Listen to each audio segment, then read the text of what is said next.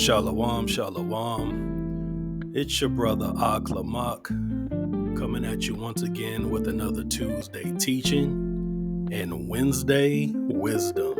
And this is another rebuke on Christian apologists and their horrible take on judging, saying that you should not judge anybody. Well, they may in fact mean well, but because of their gross misinterpretation of the scriptures, the church is just a haven for sin. Everybody hides it and no one is going to rebuke it. So we live in a time where correction is called hate and silence is called love. But the scriptures do not bow to emotions or modern sensitivities. Judgment, when done righteously, is love in action, according to the Bible. This isn't about pointing fingers. It's about accountability, covenant, and care for your brother's or sister's soul. So today we're tearing down the lie that judge not means stay silent, because the Messiah didn't cancel judgment. He clarified it. This is the book of Matthew, chapter 7, verse 1, and it reads, "Judge not, that ye be not judged." This verse has become the battle cry of the rebellious and the retreat signal of the spiritually lukewarm. It's quoted to silence anyone who dares to speak the truth or to call out sin. But let's set the record straight. Christ, Yahushua, never told us not to judge. He told us not to judge hypocritically. Matthew 7, verse 5. First cast out the beam out of thine own eye, then thou shalt see clearly to cast out the mote out of thy brother's eye. That's not a ban on judgment. It's a blueprint for it. Fix yourself, then go fix your brother. Because love doesn't stay silent in the face of sin. Silence is not kindness. Silence is consent. This is the book of Leviticus chapter 19, verse 17, and it reads, "Thou shalt not hate thy brother in thine heart. Thou shalt in any wise rebuke thy neighbor and not suffer sin upon him."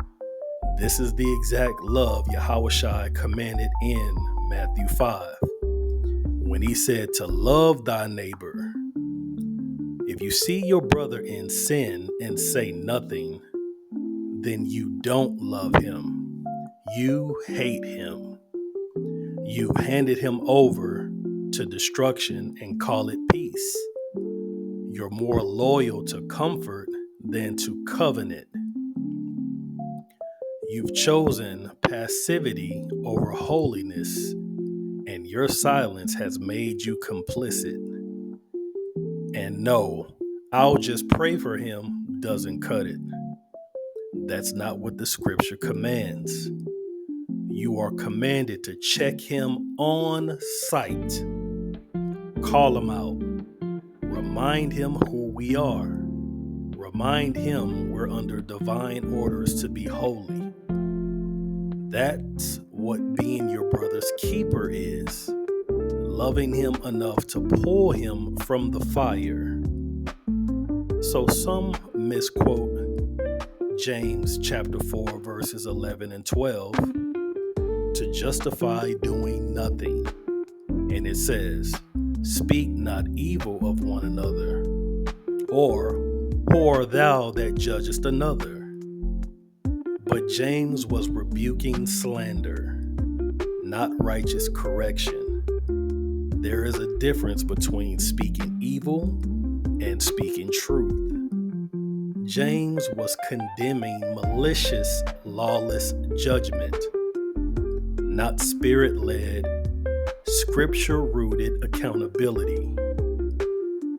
This is the book of Proverbs, chapter 27, verse 5, and it reads, "Open rebuke is better than secret love." And don't lay anyone's fall at God's feet either. The book of James, chapter 1, verse 13 makes it clear. Let no man say when he is tempted, I am tempted of God. God cannot be tempted with evil, neither tempteth he any man.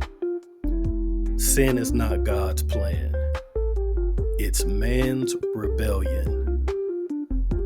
But refusing to confront that sin is rebellion too. This is the book of 1 Corinthians chapter 2, verse 15, and it reads, "He that is spiritual judgeth all things." This isn't the judgment of arrogance. It's the discernment of those walking in the Spirit, those grounded in the law and guided by wisdom. It's righteous, merciful, and necessary. And don't forget, the Holy and Mighty One will judge us all. But we will appear far better before Him if we apply His judgments now, in the presence of sin, and stand boldly for His decrees. This is the book of 2 Esdras chapter 7, verse 19, and it reads, "There is no surpassing His understanding. He always knows what to do, and He chooses to act through those who obey." Sometimes your rebuke is the rescue. Sometimes your correction is the lifeline that snatches a soul from destruction. And in all this, we're not inventing a new way. We're returning to the old one. This is the book of Jeremiah chapter 6, verse 16, and it reads, "Thus saith Yahweh, stand ye in the ways and see, and ask for the old paths. Where is the good way, and walk therein, and ye shall find rest for your souls." The ancient paths are the commandments, the law, the covenant. That's where the power is. That's where clarity is. That's where the authority to judge righteously comes from. When we walk in the ancient paths, we judge, not by emotion, not by ego, but by His standard. So don't let the culture, the compromised church, or your own fear twist "judge not" into cowardice. Judge righteously. Judge spiritually. Judge with love and fire. Because real judgment doesn't destroy, it delivers. So stop hiding behind misquoted verses. Step into your role. Rebuke with truth. Love with fire. Walk the ancient paths.